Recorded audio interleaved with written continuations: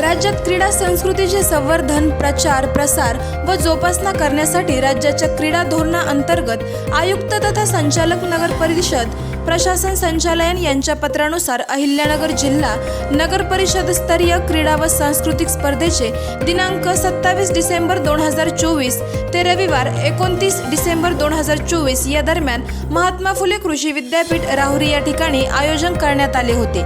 यामध्ये अहिल्यानगर जिल्ह्यातील सर्व नगर परिषद, नगरपंचायतमधील अधिकारी, कर्मचारी यांनी भाग घेतलेला होता। या विविध खेळ स्पर्धांमध्ये क्रिकेट, रस्सीखेच, बॅडमिंटन, टेबल टेनिस, गोळाफेक, भालाफेक, थाळीफेक, रनिंग व रिले, स्विमिंग, बुद्धिबळ, कॅरम, कविता, चारोळी, रांगोळी, समूह गायन, वैयक्तिक व समूह नृत्य आदी स्पर्धांचे आयोजन करण्यात आले होते।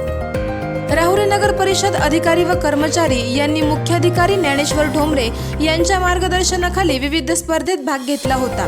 या स्पर्धेत स्वतः मुख्याधिकारी ज्ञानेश्वर ढोंबरे यांच्यासह राजेंद्र जाधव, राजेंद्र पवार, राहुल जाधव, विजय बिवाल, बाळासाहेब पवार, प्रियंका गर्जे, शिलाज राहीज, राजश्री महाजन, मनीषा कोळपकर, योगिता भालेराव, लता धणेधर, मंगल सरोदे, संध्या खंडागळे आदी स्पर्धकांना विविध खेळांमध्ये व सांस्कृतिक कार्यक्रमांमध्ये बक्षीस मिळाले आहे। या स्पर्धेचा पारितोषिक वितरण समारंभ बुधवार दिनांक 8 जानेवारी 2025 रोजी पंडित जवाहरलाल नेहरू सभागृह, जिल्हाधिकारी कार्यालय अहिल्यानगर या ठिकाणी झाला।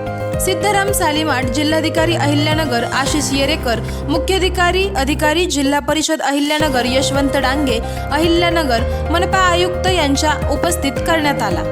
विविध खेळांमध्ये व सांस्कृतिक कार्यक्रमांमध्ये मुख्याधिकारी ज्ञानेश्वर ढोंबरे यांच्या नेतृत्वात भाग घेतलेल्या राहुरी नगर परिषद अधिकारी व कर्मचारी यांना सर्वात जास्त एकूण 34 बक्षीस मिळाली असून अहिल्यानगर जिल्ह्यात सांघिक प्रकरणात प्रथम क्रमांक मिळाला।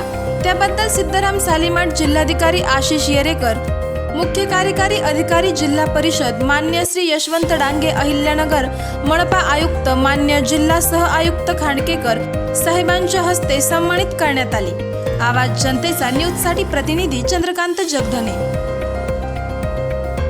करायचं आहे लाईव्ह कार्यक्रम किंवा आहे कसले आंदोलन, जनसामान्यपर्यंत पोहोचेल आपला हक्काचा आवाज, आवाज जनतेचा। बातमी व जाहिरातीसाठी संपर्क करा स्क्रीनवर दिलेल्या नंबरवर।